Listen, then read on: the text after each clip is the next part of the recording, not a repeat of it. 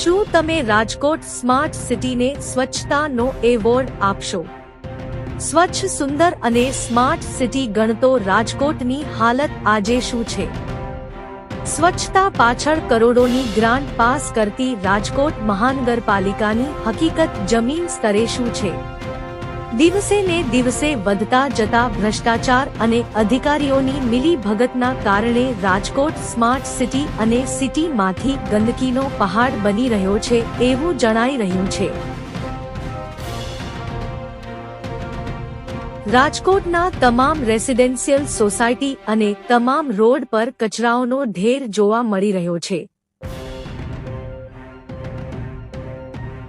શું ખરેખર સ્માર્ટ સિટીની ગણતરી કરતી રાજકોટ મહાનગરપાલિકાને આ પોતાની નરી આંખે દેખાતું નથી કે પછી ભ્રષ્ટાચારમાં વિલિપ અધિકારીઓનો ભોગ રાજકોટની જનતા બની રહી છે? રિપોર્ટર દેવ ટંકારિયા.